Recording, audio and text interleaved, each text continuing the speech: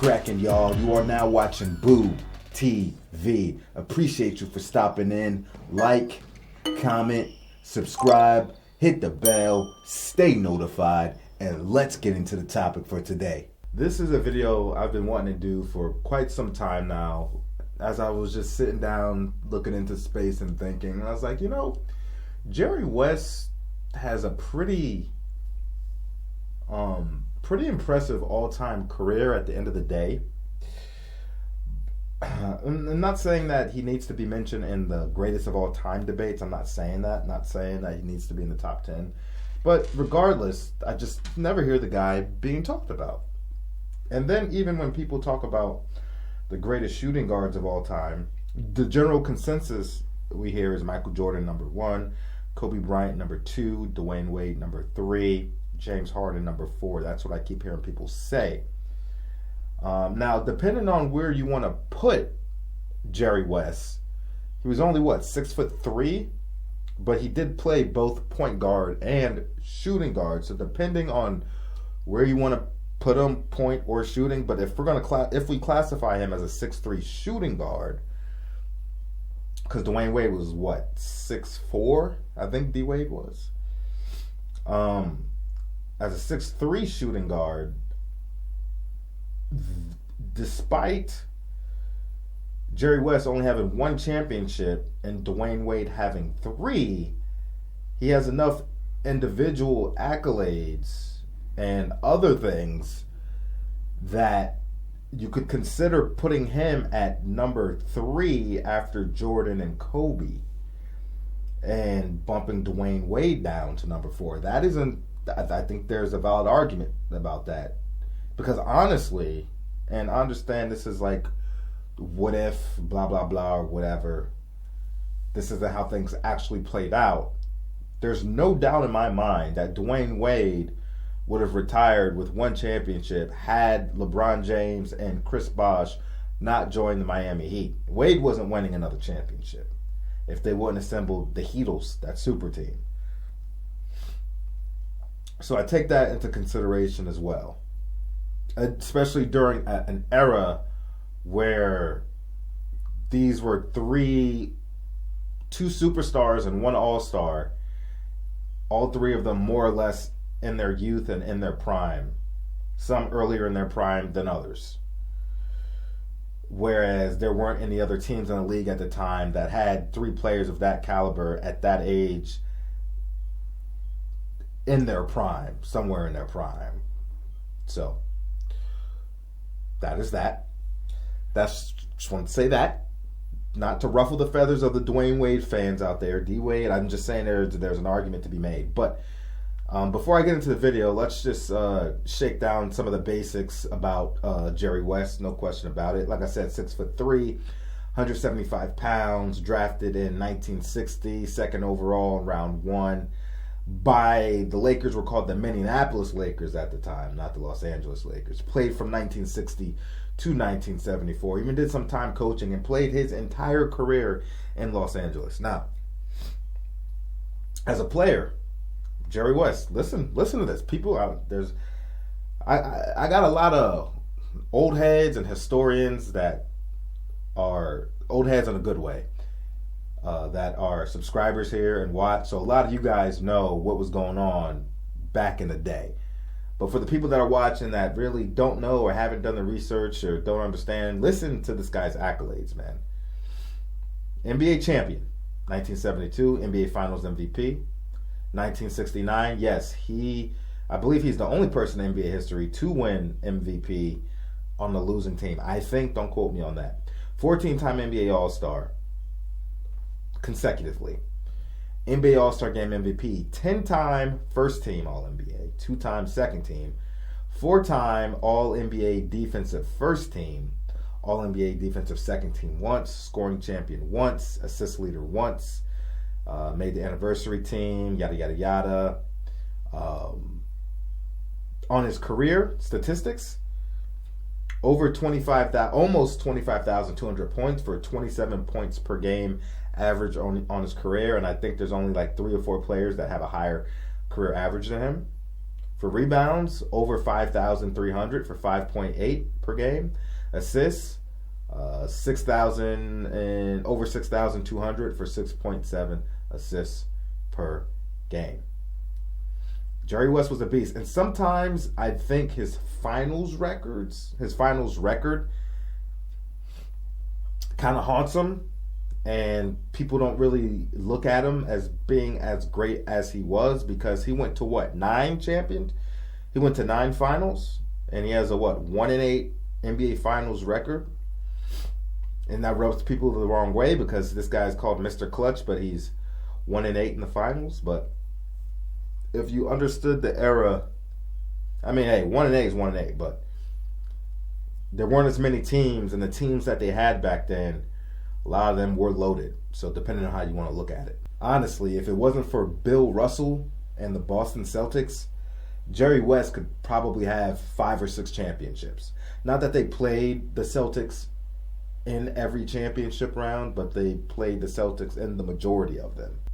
Jerry West was generally considered, and like I said, obviously I didn't watch this guy play. This is just from some research and some knowledge that I have about Jerry West. But much like Kobe and Michael Jordan, Jerry West was much considered a student of the game, somebody that loved the game relentlessly. In some ways was a psychopath when it came to the game of basketball. Cared about winning more than anything, would take losses and failures very, very hard. By Jerry West's second year in the league, year two, guy was already averaging 30 points per game, damn near 8 rebounds, and over 5 assists. Come on, man. And remember, back in his time, there was no three-point line, so you don't have any three-point statistics or anything like that. But on his career, he shot 45% from the field, which is good, despite what people like to try to tell you. People act like anything less than 50% from the field as a guard or wing player is inefficient. You're not. That's not bypassing me. I don't buy into that. I do not. No, I take that back. He shot 47% from the field on his career. My mistake. 47%. I take that back. Dude was solid. And that is not, even if he was shooting 45, that does not classify as inefficient to me. Jerry West also averaged 46 points against the Baltimore Bullets in the first round in 1965. An average for a series, 46 points, lighting it up. And also in that same postseason, for that entire postseason run, Jerry West averaged 40 points per game. Incredible. And don't forget, Jerry West was more or less the leader of the team, the LA Lakers team, that won 33 games in a row. They started out on a 33-game win streak, which to this day is still a record. I don't think that record will ever be touched, to be honest with you. Not in our lifetime. I can't see it. Outside of some super duper team being put together, I don't see it. 33 games in a row? Kidding me? Anyway, like I said, I know a little bit about Jerry West, and I've seen some decent footage of Jerry West, but let's get into this video, because like I said, I had to think. I was like, maybe I'm not giving this guy enough credit for how great he was. And I know some people don't, just looking at his finals record. However, I've said enough. Let's get into the video. Bill Russell was so stressed about winning that he threw up before every game. Kobe had the Mamba mentality and trained 10 hours per day. Jordan was so intense during practice that he punched Steve Kerr in the face. Almost every great player in NBA history gave everything he had to be the best. But not even Kobe or Jordan were as obsessed with basketball as Jerry West. Here is the tragic story of how Jerry developed into the best shooting guard of the 60s, became the NBA logo, and how he nearly took his own life because of basketball. Born in 1938, Jerry West was the fifth of 6 children, and his father made him obsessed with sports, but not in the way you might think. Howard West was poor and drank a lot, so even the smallest mistake was enough for him to take out his belt and beat up his kids. Jerry's older brother David was his biggest protector against Dad, but then David got sent to the Korean War and got killed in combat. Jerry lost his favorite person in the world, and the trauma turned him into a highly introverted person. And because he was extremely small and frail, doctors forbade Jerry to play sports with other children. All he could do was shoot at an old basketball hoop in the neighbor's backyard. To avoid his father, Jerry would spend all his days hooping, making shots from every possible angle, even when it was raining. In his freshman year of high school, Jerry rode the bench, but over the summer, he grew to 6'3", quickly transforming into one of the best players of his generation. West made the All-State team 3 years in a row, and as a senior in 1956, he was named West Virginia Player of the Year, with an average of 32.2 points per game. With a silky smooth jump shot that he perfected in the backyard, he led East Bank to a state championship. On top of dominating basketball, Jerry was also the best sprinter and high jumper in his high school. While half the country offered him a scholarship, Jerry eventually chose to stay in his home state and attend West Virginia University, where he led the freshman team to a 17-0 record. His teammates said West didn't have any girlfriends during his first 2 years of college. Jerry was always alone with his thoughts, talking a little bit with his teammates on the court, and that was it. West never drank, he went straight home after practice, and he poured all of his energy into basketball. Jerry was also incredibly hard on himself, and he hated losing. But all that self-criticism made Jerry practice even harder. And during his junior year, he averaged 27 points and 12 rebounds per game. He tied the NCAA 5-game tournament record of 32 points per game and pushed his team to the finals. But despite Jerry's 28 points and 11 rebounds, West Virginia suffered a 71-70 loss to California, and what would be the first out of many tough pills to swallow. Still, Jerry had plenty to be happy about. He was named Most Outstanding Player of the Final Four,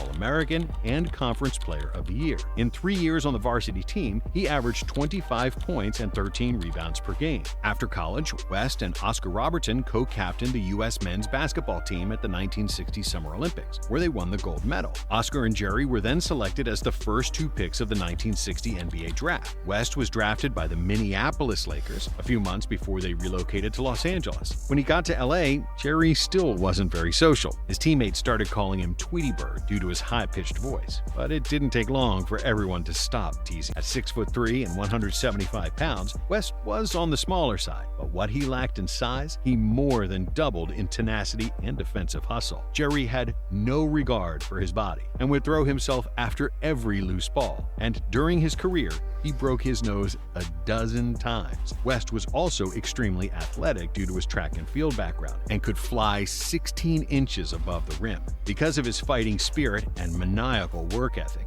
Jerry quickly earned the respect of his teammates and the entire NBA. As a rookie, Jerry averaged 17 points, 8 rebounds, and 4 assists per game. Because of his shooting prowess, West earned the nickname Mr. Outside, while the powerful small forward Elgin Baylor became Mr. Inside due to his unstoppable drives to the basket. Before Jerry arrived, the Lakers had 5 consecutive losing seasons, but West immediately pushed them to 11 more wins and a playoff berth, where they lost to the Hawks in Game 7 of the Western Conference Finals. In his second season, Jerry was given the keys to the team because Elgin Baylor had to serve in the Army. West used his opportunity to the fullest, averaging 30 points per game, and on January 17, 1962, West scored a career-high 63 points against the New York Knicks. West became known for hitting important late-game shots, and longtime Lakers announcer Chick Hearn named him Mr. Clutch. Jerry made first-team All-NBA and pushed the Lakers to the best record in the conference, and the conference champions qualified directly for the conference finals. With West and Baylor both averaging over 30 points against the Pistons, LA won the Western Finals in 6 games. The NBA Finals were against the Boston Celtics, a team that would mark the entire decade and become Jerry's worst nightmare. The series was exceptionally close, with most games decided in the final seconds. After Baylor's NBA Finals record 61-point performance, taking the series lead in Game 5, the Lakers dropped the next game, and it would all come down to Game 7. In the last seconds of the deciding game, with the game tied at 100, Lakers guard Frank Selvey had the shot for the win and the championship, but he missed it. Selvey again. A big moment. He does not make it. Russell will rebound, and this ball game goes into overtime. And the game went to overtime, where the Celtics had a little bit more luck, winning 110-107. West averaged 31 points in the finals, and Baylor averaged 40. But it wasn't good enough. Despite the loss, the Lakers came back even stronger the next year. West averaged 28 points, 7 rebounds, and 5.6 assists, and again made All-NBA first team. LA defeated the Hawks to reach another NBA Finals, but just like the year before, they got beat by the Celtics, this time in 6 games. No one was affected more by those defeats than West. He took the loss harder than any player I've ever known. He would sit by himself and stare into space. A loss just ripped his guts out. Chick Hearn.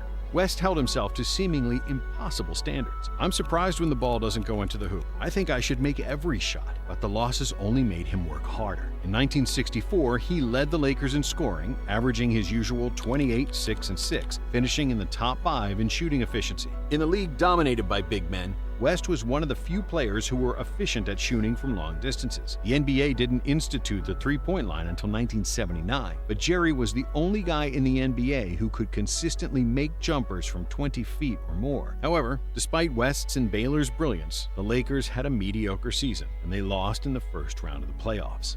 Angrier and hungrier than ever, Jerry came into the next season with guns blazing. With 31 points per game, he was the second best scorer in the NBA, behind the almighty Wilt Chamberlain. He was also second in the league in true shooting percentage. The Lakers were the heavy favorites in the Western Finals against the Bullets, but their title dreams dropped dead after only 5 minutes of the playoffs. Elgin Baylor suffered a career-threatening knee injury and was ruled out for the season, and nobody expected Lakers to win another game. But Jerry had different ideas. He carried the team on his shoulders, scoring over 40 points in each game of the series, including 52 in Game 2. The Lakers escaped with a victory in 6 games, and Jerry averaged 46.3 points in the series. And that's even more impressive if you remember that he averaged 46 without a three-point line. LA made the finals again against the Celtics, and Jerry was spectacular. He averaged 34 in the series, but without Baylor, he couldn't do much against 6 future Hall of Famers. Boston won the finals in 5 games and gave Jerry his 3rd championship loss. For the 1966 season, Baylor returned from injury, but he was visibly struggling, averaging just 16 points per game instead of his usual 30. But thankfully,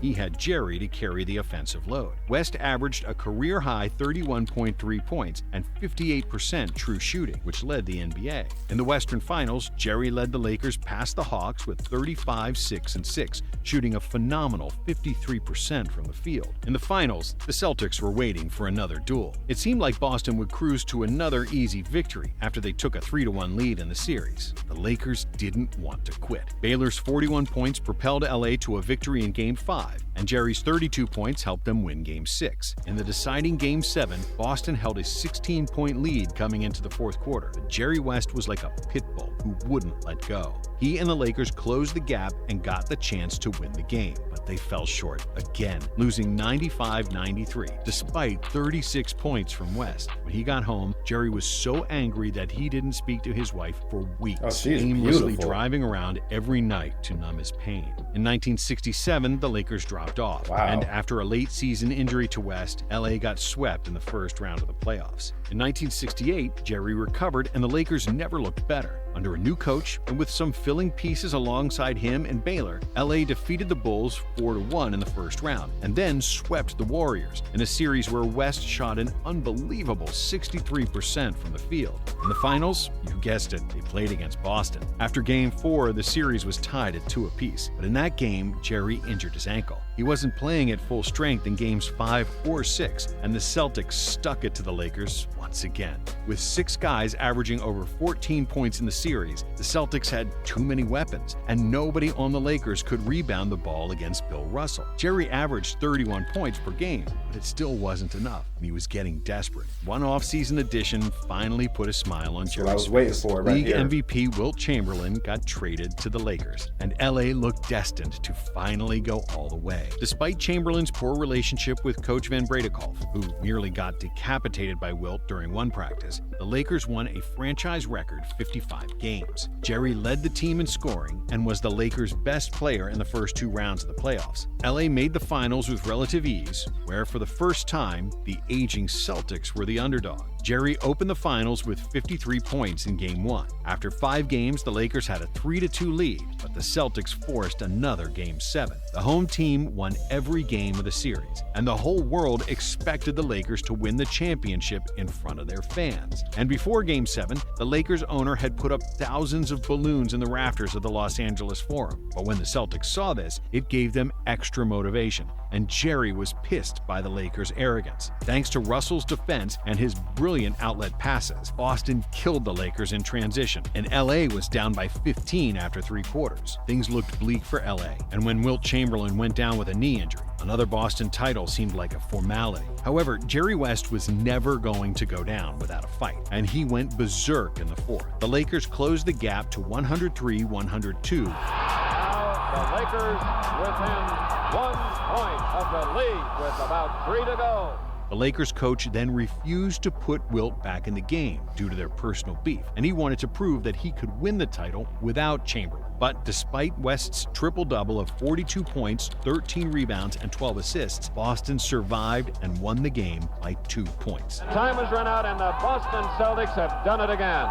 Those balloons were never released. This was the first year the NBA handed out the Finals MVP trophy, and Jerry won it. He is still the only recipient of the Finals MVP award from the losing team. In the series, he averaged 38 points and 7.5 assists per game, scoring or assisting on more than 50% of the Lakers' points. Bill Russell praised Jerry, saying, "Los Angeles has not won the championship, but Jerry West is a champion." After the '69 Finals, Bill Russell retired, hanging up his Chuck Taylors with more rings than fingers. 6 of Russell's 11 championships came at the expense of Jerry West. And with each loss, Jerry was falling deeper into depression. Before the start of the 1970 season, the NBA designed its new logo, and they put Jerry's silhouette on it, giving him another nickname, the Logo. Unfortunately for LA, their season couldn't start worse, with serious injuries to both Chamberlain and Baylor, who played 66 games combined. But Jerry was so good that he still led the Lakers to the number 2 seed in the conference.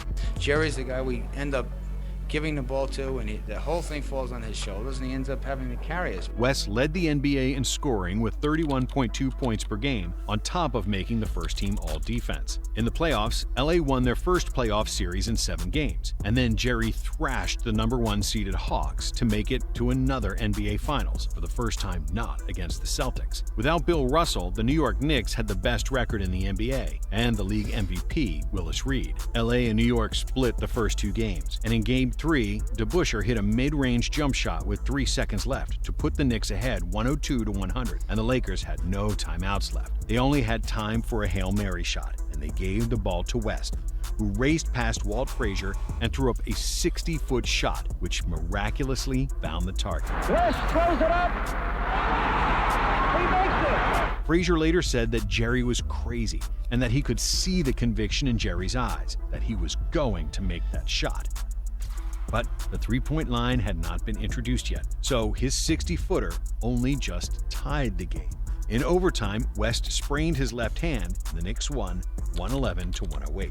In Game 6, Jerry injured his right hand as well, and before Game 7, he had to get injections in both hands to be able to play. Still, the Lakers were the favorites, because the Knicks were without an injured Willis Reed. But then, Reed famously returned to the lineup to galvanize the Knicks, inspiring his team to win the game and produce one of the most famous playoff upsets of all time. In the 1971 NBA season, Elgin Baylor ruptured his Achilles, West injured his knee before the playoffs, and the short-handed Lakers lost in the Western Finals. Before the 1972 NBA season, West was fed up with all the losses and considered retirement. But when a future Hall of Fame coach, Bill Sharman, joined the team, West decided to continue. We have had about 4 nightly workouts so far, and I'm kind of sore right now. The Lakers had a season for the ages. Despite Elgin Baylor retiring due to his Achilles injury, LA would go on to an unprecedented 33-game win streak, which is still an NBA record. They would finish the season with a then-record 69 wins, and West shined with 26 points and a league-leading 9.7 assists per game. Jerry is one of just 5 players in NBA history who led the NBA in both scoring and assists. In the postseason, the Lakers defeated the Bulls and the Bucks, and in the finals, they again faced the Knicks. Although West suffered a terrible shooting slump throughout the series, thanks to phenomenal play by Wilt Chamberlain and Gail Goodrich, the Lakers finally won the NBA championship. I played terrible basketball in the finals, and we won. It was particularly frustrating to win it this way because I was playing so poorly. I believed that winning would feel so much better. When I finally won the title, I asked myself, is that really all there is to it? In 1973, the Lakers won 60 games and reached another finals against the Knicks. During the series, West strained both of his hamstrings, and the shorthanded Lakers were no match for New York, who won the championship in 5 games. West entered the 1974 NBA season as a 36-year-old vet, but he still averaged 20 points, 4 rebounds, and 6.5 assists per game. But with the aging Jerry, and without Chamberlain, who had ended his NBA career, the Lakers lost in the first round of the playoffs. West still wanted to keep going, but had contract disagreements with the Lakers management, and because he didn't want to play for any other franchise, he was forced to retire. West left the game as the NBA's 3rd leading scorer, and his average of 27 points per game stands as the 4th highest among retired players. If he had played in the three-point era, he'd probably average over 30 points per game and have a few more championships. Jerry made the finals 9 times in 14 seasons. The Lakers lost 8 of them, 4 of which came down to Game 7. In 1962, 1966, and 1969, Jerry and the Lakers lost 3 Game 7s to the Celtics by a combined 7 points. West said that he'd become so depressed after losses that he wanted to commit suicide on many occasions. How much of a perfectionist he was is best illustrated by a game in which he hit 16 of 17 shots from the field, all 12 free throw attempts, plus 12 rebounds, 12 assists, and 10 block shots. After the game, he said he didn't feel he played very well, and that he'd spend all night thinking about the one layup he missed. West was a bad man. A bad man. Wow. I didn't know that, he sustained all those injuries in what seems like the worst possible times to sustain these injuries. Dude messed up his right and his left hand in the finals. Injections in both, and going out there and playing. They ain't cut from that kind of cloth anymore.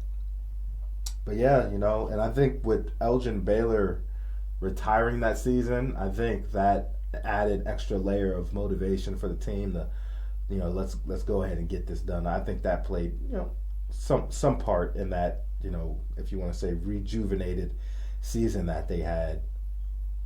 But West is an all-time great, and I think when we talk about the great guards of the league, despite his finals record, and the Boston Celtics were more or less the main demon that they had to deal with, but despite the finals record, it would be nice to hear his name mentioned sometimes. No one's saying he's better than Michael, if we're talking shooting guards. No one's saying he's better than Kobe Bryant. But I think after that, there is an argument to be made that West could be the number 3, with him and the Dwayne Wade argument. I think that is an argument worth having for shooting guards. But that's just my opinion, and I guess it means nothing. Just something to me. Like, comment, subscribe, hit the bell, stay notified. If you can add any type of context to this for you all that know much more about this era and these players than I do, I'd be pleased to see you drop your comment and your insight and your context and your information in the comment section, please. Take care, be blessed, and I'll catch you on the next one. We out, baby.